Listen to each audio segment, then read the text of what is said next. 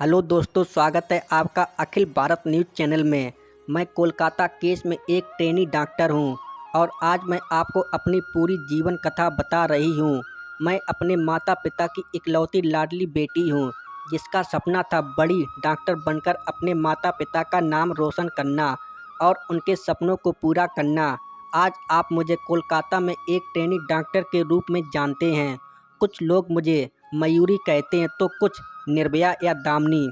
आज देश भर में मेरा नाम हर घर में लिया जा रहा है, लेकिन मेरा असली नाम डॉक्टर मौमिता है। आप सभी ने मुझ पर जो प्यार और मेरे परिवार को जो सहारा दिया है, उसे देखकर मुझे बहुत अच्छा महसूस हो रहा है और इसलिए मैं आप तक पहुंचने की कोशिश कर रही हूं मित्रों। मैं पश्चिम बंगाल में रहने वाली एक लड़की हूं। मेरा जन्म 1993 में हुआ था। घर में इकलौती होने के कारण मैं अपने माता पिता की बहुत लाडली थी। बचपन से ही मैंने अपने माता पिता को मेहनत करते हुए देखा। मुझे याद है, एक बार जब मैंने डॉक्टर बनने की इच्छा अपने माता पिता से जाहिर की, तो हम एक मध्यम वर्गीय परिवार से होने के बावजूद मेरे पिताजी को मेरी यह इच्छा सुनकर बहुत खुशी हुई। उन्होंने मुझसे कहा, तू बहुत पढ़ लिख कर बड़ी डॉक्टर बन, मैं हूँ ना। कहते हुए उन्होंने मेरे सिर पर प्यार से हाथ फेरा। तब से मेरे माता पिता ने अपनी मेहनत की कमाई से मेरे शिक्षा के लिए पैसे बचाए। लोग अक्सर मेरे पिता से कहते थे कि गरीब होने के कारण वे अपनी बेटी को डॉक्टर नहीं बना पाएंगे। ये बातें मुझे बहुत चुभती थीं, लेकिन मैंने पूरी मेहनत से पढ़ाई जारी रखी और सभी को गलत साबित कर दिया। आखिरकार मैंने अपनी मेहनत से सरकारी कॉलेज में प्रवेश प्राप्त किया। मैंने दिन रात नीट परीक्षा की तैयारी की, क्योंकि मुझे सरकारी कॉलेज में दाखिला लेना था ताकि मेरी शिक्षा का खर्च थोड़ा कम हो सके। मैं बड़ी डॉक्टर बनकर अपने माता पिता को वो सारी सुविधाएं देना चाहती थी जो अमीर लोगों के घरों में होती हैं। मैं उनकी सेवा करना चाहती थी और उनका नाम रोशन करना चाहती थी और मेरी वह इच्छा पूरी हुई। नीट परीक्षा में मुझे बहुत अच्छे अंक मिले और उसी के आधार पर मुझे कोलकाता के आरजी कर मेडिकल कॉलेज में एमबीबीएस में प्रवेश मिला। मेरी सारी मेहनत सफल हो गई और मेरे माता पिता बहुत खुश हुए। धीरे धीरे मैंने अपनी पढ़ाई पूरी की, लेकिन मुझे और बड़ा डॉक्टर बनना था, लोगों की बेहतर सेवा करनी थी। इसलिए मैंने पीएचडी करने का निर्णय लिया और उसी कॉलेज में पीएचडी की पढ़ाई शुरू की। चेस्ट मेडिसिन के क्षेत्र में मैंने गहन अध्ययन किया और अपना पहला साल पूरा किया।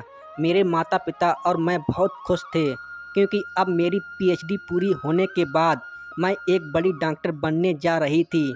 मैं लोगों की सेवा करने वाली थी और पिताजी ने मेरी शिक्षा के लिए जो कर्ज लिया था, उसे भी मैं अब चुकाने वाली थी। मैं अपने माता पिता को एक सुखद जीवन देना चाहती थी। हमने किन कठिन परिस्थितियों में जीवन व्यतीत किया था, इसे मैं कभी नहीं भूली।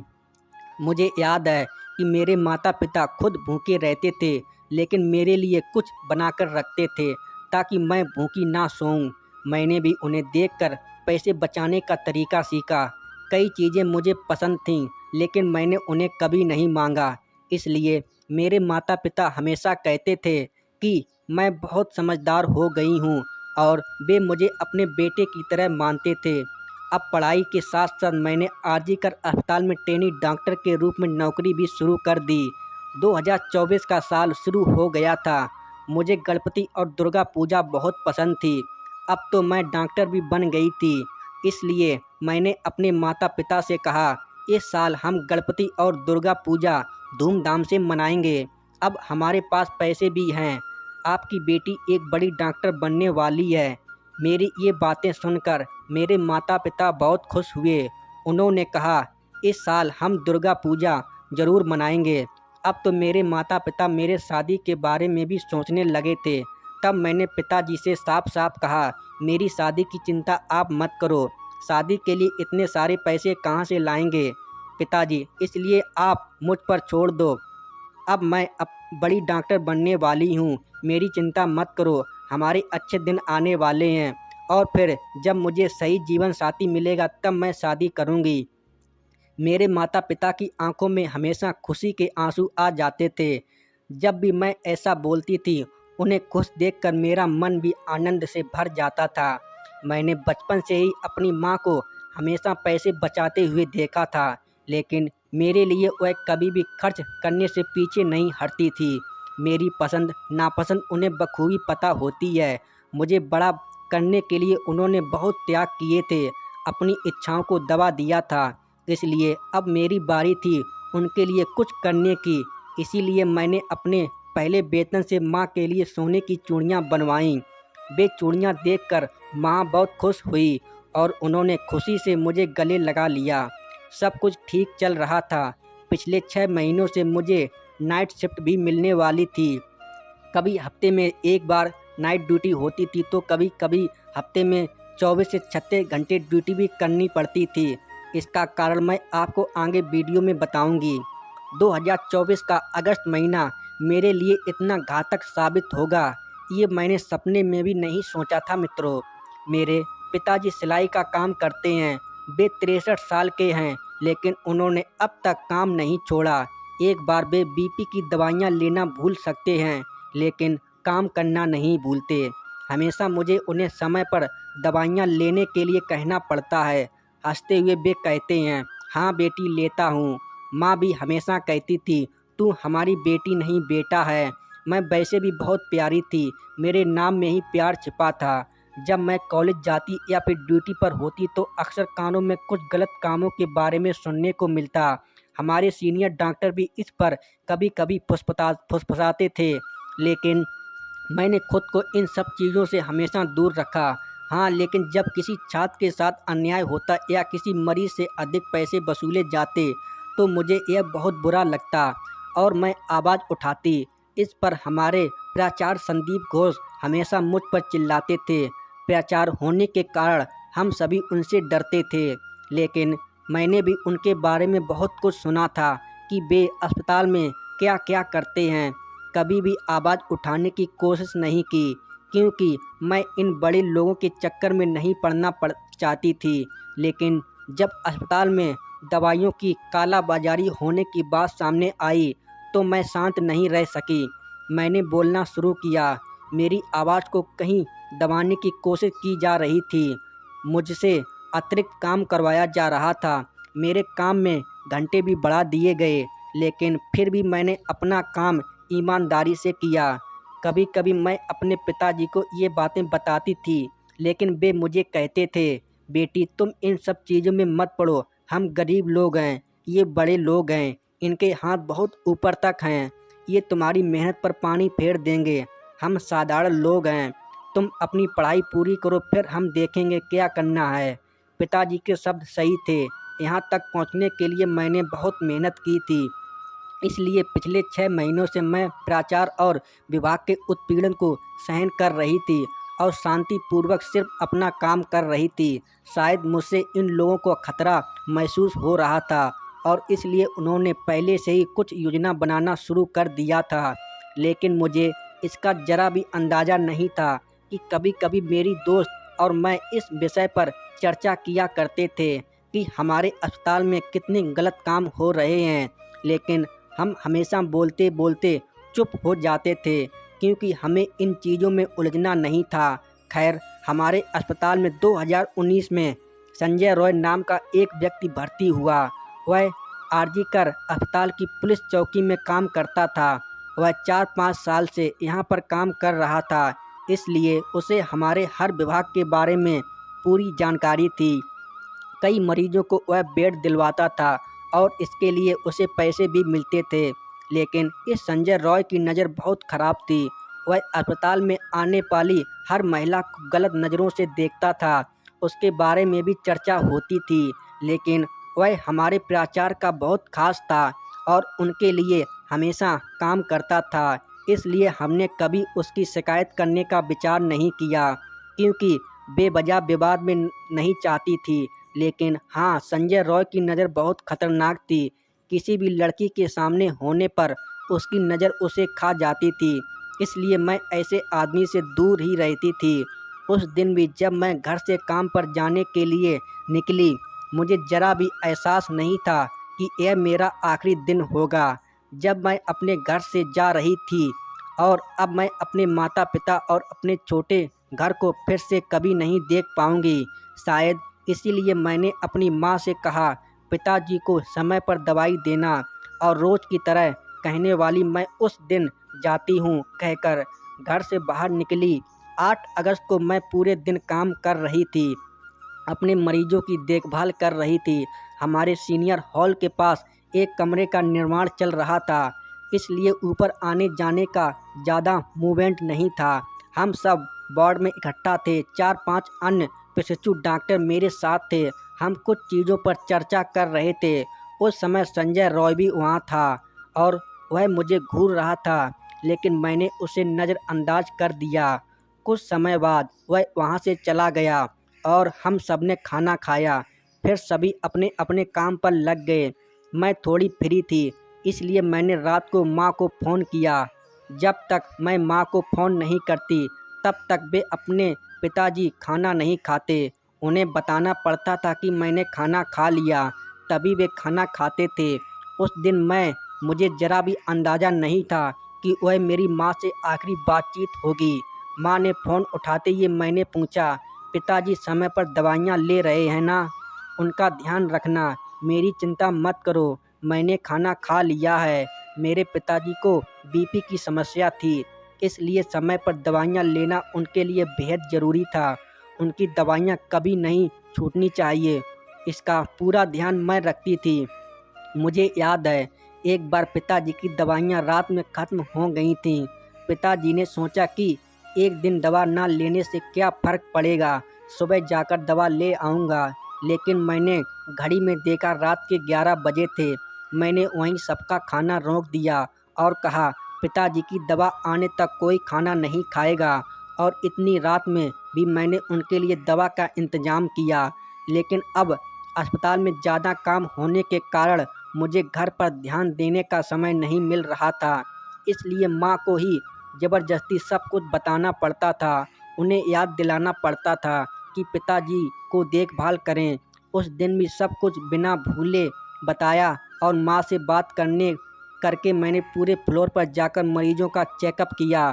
इसके बाद मैं आराम करने और अपने अगले अध्ययन के लिए तीसरी मंजिल पर सेमिनार रूम में पहुंची। लेकिन मुझे नहीं पता था कि वहां जाना मना है। मुझे तो अब पता चला कि बगल की बिल्डिंग में काम चालू होने के कारण ऊपर किसी को जाने नहीं दिया जा रहा था। मैं तो वहाँ चली गई। दोपहर के 2 से 3 बजे तक मैंने अपनी पढ़ाई की। मैंने सोचा अब थोड़ा सो लेना चाहिए। 36 घंटे की ड्यूटी के कारण बहुत थकान महसूस हो रही थी। मरीजों की सेवा में लगे रहने के कारण खुद पर ध्यान देने का समय नहीं मिल रहा था। दूसरों को जीवन दान देने वाली मैं अपने जीवन की देखभाल के लिए समय नहीं निकाल पा रही थी। इसलिए किताबें और डायरी बंद करके सेमिनार हॉल में ही शांत होकर सो गई।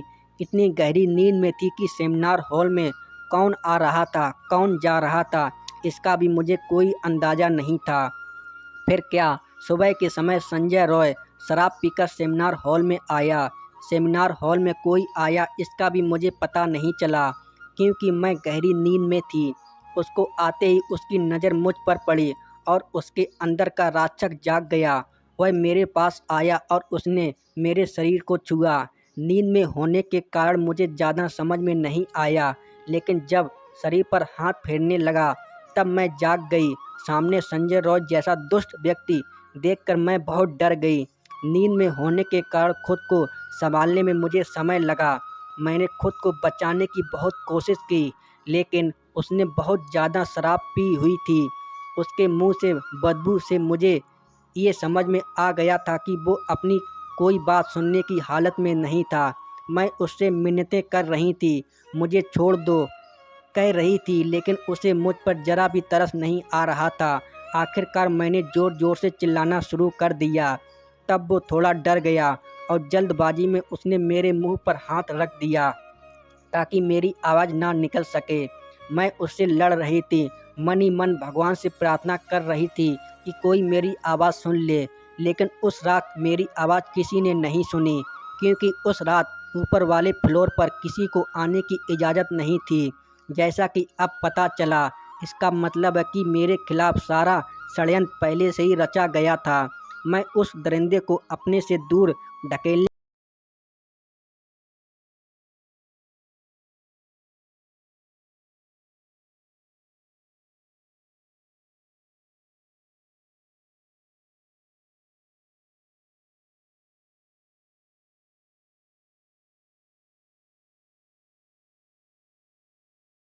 पूरी तरह से ठंडी पड़ गई थी।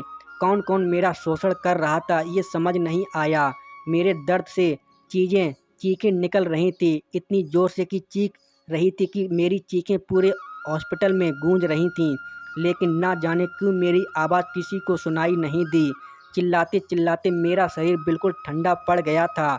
और फिर मेरे स्त्री सम्मान और मेरे सपनों की हत्या कर दी गई, वो भी बहुत ही निर्ममता से। आखिरकार मेरी जान चली गई, लेकिन मेरे शरीर का शोषण भी किया गया।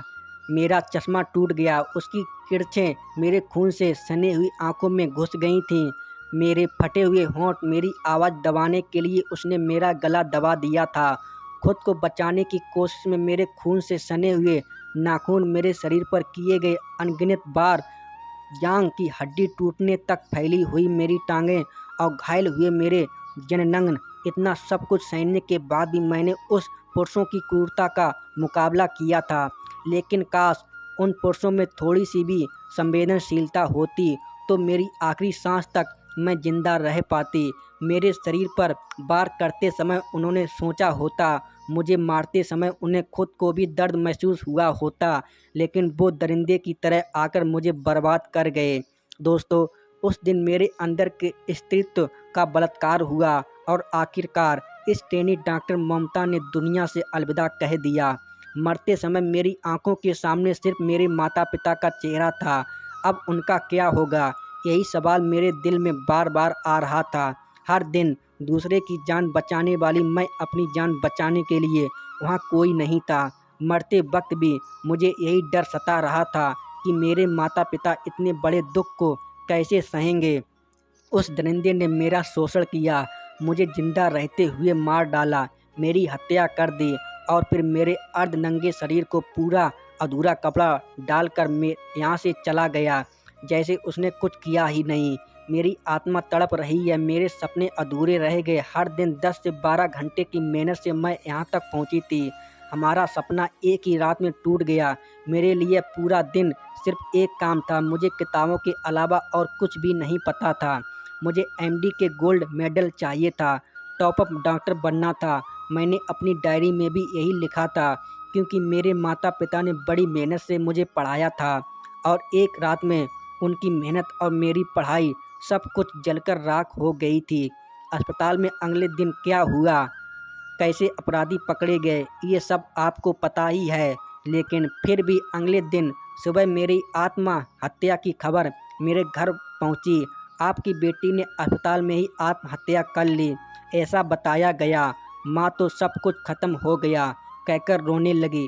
पिताजी तो कुछ सोचने की हालत में नहीं थे। पड़ोस में रहने वाले रिश्तेदारों ने उन्हें संभाला और अस्पताल तक ले आए। दौड़ते हुए आने वाले मेरे माता पिता अपनी बेटी को आखिरी बार देखने के लिए तड़प रहे थे, लेकिन उन्हें अंदर जाने नहीं दिया जा रहा था, क्योंकि अंदर मेरी हत्या के सबूत मिटाए जा रहे थे। मेरी माँ गिड़गिड़ा रही थी, मेरी बेटी को एक बार देखने दो कहकर रो रही थी। पूरे 3 घंटे बाद मेरे माता पिता को मुझे देखने की इजाज़त मिली। बेटी को घायल और अर्धनंगी हालत को देखकर मेरे माता पिता तुरंत समझ गए, ये आत्महत्या नहीं हो सकती।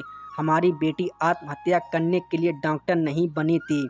मेरी ऐसी हालत देखकर माँ और पिताजी तुरंत बोले, ये बलात्कार है। माता पिता थे ही, लेकिन रिश्तेदार, दोस्त, सहयोगी सब मेरे लिए ज़ोर से आवाज़ उठाते हैं, मेरा बलात्कार करके मेरी हत्या की गई है।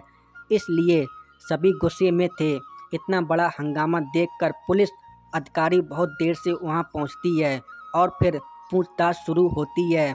तब तक काफ़ी भीड़ इकट्ठा हो जाती है। इतनी बड़ी जनता के इस आक्रोश से संजय रॉय अपने हेडफोन के सहारे पकड़ा भी जाता है।